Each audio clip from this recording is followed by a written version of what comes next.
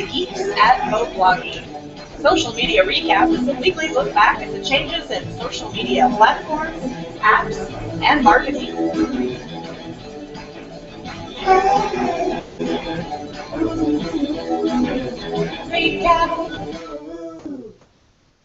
Thanks for tuning in to the second edition of the Moblogging Podcast Social Media Recap Show. We just started back up after a 3-month hiatus, and last week was our first show, and this is the first show where I am hanging alone. No guest speakers this time around. My good friend Barb, if you watched last week, is on her way to the UK, hopefully to have an awesome time. So Barb, if you've tuned in, thanks again for last week. I had a lot of fun. Lots to cover in today's show, and if you're just tuning in for the first time, I just kind of give a weekly recap of all the changes in social media platforms, apps, and marketing. So if you want to get a quick fix or a quick way to update yourself with the changes in the past week, you can tune in to this particular show. It's live every Friday at 1 p.m. Mountain Standard Time, or you can watch later on via our YouTube channel at youtube.com/Moblogging Live. We have show notes available already at our blog, moblogging.com/blog. If you'd like to follow along that way, I'm going to be heading down those notes. So first and foremost, social media platform updates. Facebook has a ton of them this week, so I'm going to go through those as quickly as possible. And first one is ad scheduling. So if you are somebody that uses the Power Editor, which means instead of just hitting the boost button under a post on your Facebook page, you actually take the extra step and do a little bit more targeting by using the Power Editor. Some changes have been made. You can actually start scheduling ads. You can say what days and times of the week you'd like that ad to go out. I think this is a great addition, especially to those page admins that pay attention to their analytics and insights. So they'll be able to push their ads out when their type or target type of customer is going to be online. So you're not wasting time if you're running say a 7-day ad or even a 1-day ad. You're targeting that perfect time and that perfect audience. So I think it's a great addition. Adding insights. Oh yes, they have added insights. Oh, that Facebook keeps changing things. 2 places that I've noticed it is on like pages. If you click on the number of likes businesses, so say you're scoping out a competitor and you want to see what their target demographic on Facebook currently is, you can click on their likes and it'll give you insights as to age group, location of their likes, and maybe if you want to be sneaky, you can start to target those particular audiences. Might be a good idea. And the other place that I've added, and I think they're still rolling this out, but I have noticed it on some of the events that I've published for myself and for clients, is on events. It'll start to give you insight as to how many people have seen your event, how many RSVPs, shares, any interactions. So I think that could be a great tool in determining if your event is even getting seen. Big announcement was made most recently. I think it actually just came out yesterday. A big developer thing, and I'm going to publish that on the showcase. Pulling that up real quick. So there's the article on the ad scheduling. Link to our blog. Oh, there's my Twitter account, by the way. And there is the article that actually went out in the developer blog for Facebook. Now, the big takeaway that everybody is seeing from this particular post are really directed at marketers for contests. So in the past, marketers have presented contests and tried to coerce, for lack of a better word, people to like their page by entering to win a 2-night stay if they're a hotel, or like our page and give us their email and you're entered to win, yada, yada, yada. Well, as of November the 5th, Facebook is no longer allowing third-party applications the ability to fan gate posts, meaning not requiring fans to like your page for the incentive. So this could be a huge turn of events for marketers. Yeah, I'm going to read some more on that and make a final decision. Really, in the grand scheme of things, Facebook is looking out for its users. They're making them the priority, and really nobody wants to be forced into liking a page that they're not genuinely interested in seeing their updates. So those are just affecting third-party apps at this point. If you're continuing to pay for like ads, I think you'll be okay. More changes, star ratings. They have removed star ratings from Facebook pages that are non-place pages. Right now, they are trying out the star rating system just for those locations that are brick and mortar or have a physical address. So even if you have a physical address and you'd like that star rating to go away, you simply change the type or category of business that you're in. If you want to see the star ratings and you haven't been, you do need a physical address. A P.O. box won't work, and you'll need to show that you are a local business, and that'll be the best way to enable that star rating. Twitter has some changes, embedding tweets inside tweets. So this could be a fun way to showcase past tweets that you've done, or to showcase other people's Twitter accounts and posts that you find amusing. It's a different kind of way of retweeting, and they are slowly rolling it out at this point. Feed friend, follow suggestions is what I have in the notes. Still something that's being tested and not being rolled out per se, but just being tested. You might start to see suggestions or suggested tweets from followers of followers. Some uproar on this because we don't necessarily want to see content that we didn't subscribe to. We're already having to deal with promoted posts or paid posts. So it's interesting that Twitter's trying to get people to connect more by suggesting those posts. Another testing thing that Twitter is doing is testing payments and shipping. Once again, just being tested, but you might see in your settings the ability to this point. You're just going to possibly see a button that says payments and shipping, which could lead to some eventual monetization by Twitter, which they have been struggling with. So I think this might be a good thing for them. Pinterest, there was a big announcement this week, and all of the major Pinterest gurus, well, I hate that word, I don't know why I used it.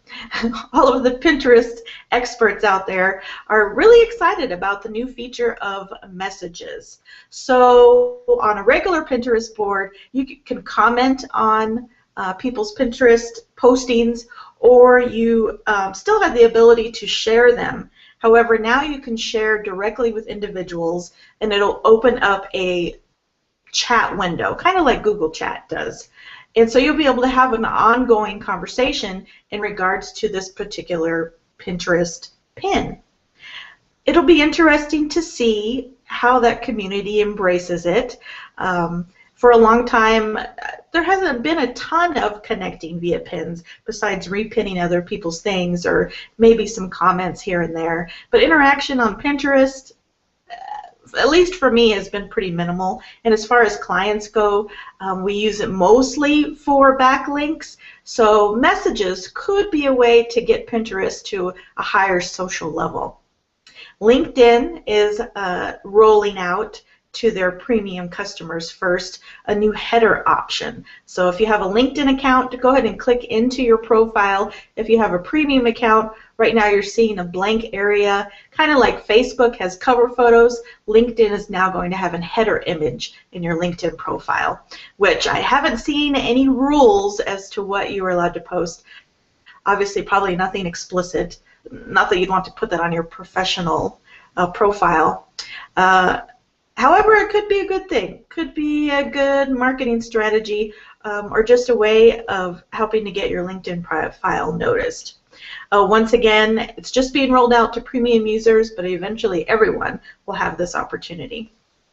And last but not least, on the social media platform updates, Google Plus. I didn't get to read this article in depth. I was at a concert and I didn't get home till late. Anyway, you don't want to hear that. I'm sure most of you who are active on Google Plus have already heard that they are looking at separating photos from the inherent Google Plus platform and having the images housed on a separate platform. I don't feel like there's going to be a huge issue with this.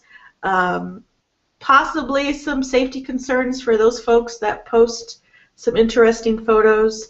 You might want to go and clean up your photo album before anything gets transferred. App updates. Pinterest, Vine, Instagram, and Facebook today. Pinterest installed a new scroller feature, and they're also making it easier to pin from the camera roll. And of course, the big announcement of messages is available now.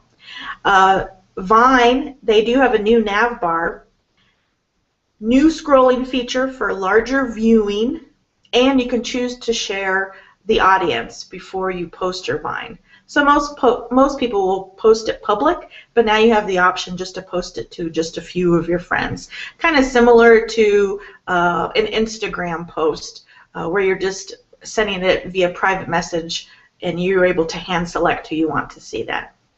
Vine has not disappeared, though I feel like client-wise, I'm not sure it's still being used as heavily as it was out of the gate. However, it's still very relevant, and I think Twitter is continuing to make improvements on that Vine app. Instagram, simple bug fixes. Facebook, nothing major, but I thought it was interesting that with this last update, they showed that every 4 weeks they intend to put an update out, and that they recommend that you turn on your auto-updating feature so that you don't even have to worry about downloading the latest. And of course, we talked about this last week, their messenger is now being forced upon all.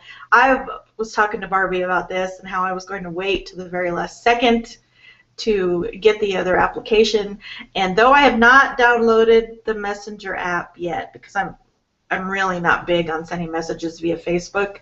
However, if you are and you hadn't downloaded it yet, you will officially be forced to now. So I think by my count there's 5 different applications for Facebook now. The regular Facebook app, Messenger app, Pages, Facebook Pages, and oh, what was the other one they came out with? Was the different?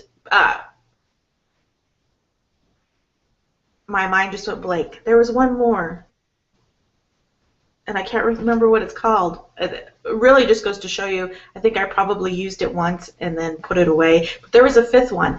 Oh, Paper. I remember now. Paper. Yeah, it was just a different layout. So 5 so far, and they've bought a few. So we'll see how many apps Facebook ends up with. All right, so our question of the week is, should you do a podcast? So originally, this particular podcast got started motivated by team building. So we had new employees in the office, and I was trying to find a way that we would put something together with a team effort. But then what I discovered was there was some positive residuals from doing a particular podcast. So number 1 was search engine optimization. So after this is recorded, there is a blog that is put up that has all of the information that's discussed in the podcast, and then those notes are transcribed over to our YouTube channel. So we have keywords and searchable things via our website and also our YouTube channel, And then this information is also pushed out through all of our social channels. So not only was it a great team building tool, but it was also a great SEO tool for a company. And then really when you're just doing anything out of the norm that takes a little more effort, people tend to appreciate that and give you recognition. Downsides that I've seen is time. So when we first started producing the podcast, because so many people were involved, we had somebody live tweeting, we had 2 people on the couch, and then we had tons of research, and then we had practice time, hours of putting together a 30-minute podcast. We couldn't justify the results. So then we let it go. So like I said, we'd been on hiatus for 3 months. And I really started to evaluate the types of podcasts that were out there. And I saw that there wasn't anything that was quite like a review of what's changed in the past week. And then I saw the benefit that we had of the SEO start to diminish. So I happen to be a salaried employee. So I'm working on this after hours so that it doesn't affect our bottom line during our regular business hours. And since I'm the only one that's producing the podcast, I don't have to have other cooks in the kitchen. So now I auto-schedule tweets to go out that talks about the podcast. I have a template that I'm using for the blog. And then, yeah, I'm just using the webcam and Google Hangouts to produce it. So the overall impact as far as the organization goes has become minimal. So those are the 2 things you have to decide on whether or not you want to do a podcast. Is 1, do you have the time? Do you have the resources? And are you really going to take advantage of the possible benefits that you might get from a podcast? So think of those 3 things before you make that decision. Planning, planning, planning is the #1 piece of advice that I can offer to you whenever you do a podcast, because it will go much smoother if you at the very least have an outline to follow. And on that note, we're on our last section today, and that is the tip of the week, pinning. I had the opportunity to watch a really fun podcast yesterday from the Manly Pinterest Tips Show. And once again, if you go to our blog, mobloggy.com/blog, the link is there to their Google Plus page. And listening to their podcast, great, by the way. You got to check out Dude's beard and mustache. They're epic. There are a few things that we took away from the conversation. I wanted to offer those tips to you. #1, long vertical images do better on Pinterest. And really that's their format of their show talks about a little bit,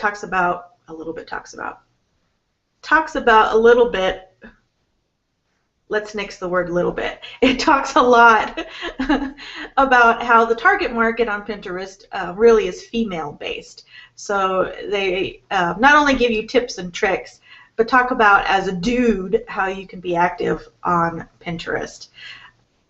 And visually, men are known for visualness. Anyways, I'm not going to get into that. Let me just cover the tips. #1, long vertical images do better. #2, pin with the branded images. Images matter and could make you recognizable. They mentioned being able to tell who that person was on Pinterest before even looking to see who published it, based on the types of graphics that they included. And #3, create an infograph to go with the link to your blog. So a couple things that we do. So this saves as a YouTube video, and then I'm able to pin a YouTube link to Pinterest, and it actually shows a playable view of this video. And then the blog, we will include a graphic that's nice, call to action, that links back to our blog. So backlinks are important, but really the visual at the very front of it is what's going to make the most impact. They did suggest that that if you do have a blog and you make several points in that blog, that you could have a different image for each point. Therefore, you are giving your link to your blog multiple opportunities to be seen. And they recommend, and the link is on the blog, Canva for creating really great, fast infographics. So that'll do it today. I was a little nervous doing this by myself. I'm going to finagle a guest for next week, so I hope you'll tune in again. This is the Social Media Recap Show. I'm here every Friday at 1 p.m. Mountain Standard Time. Can't watch it live? You can visit us on our YouTube channel at Mobloggy Live. Hope you have a great week.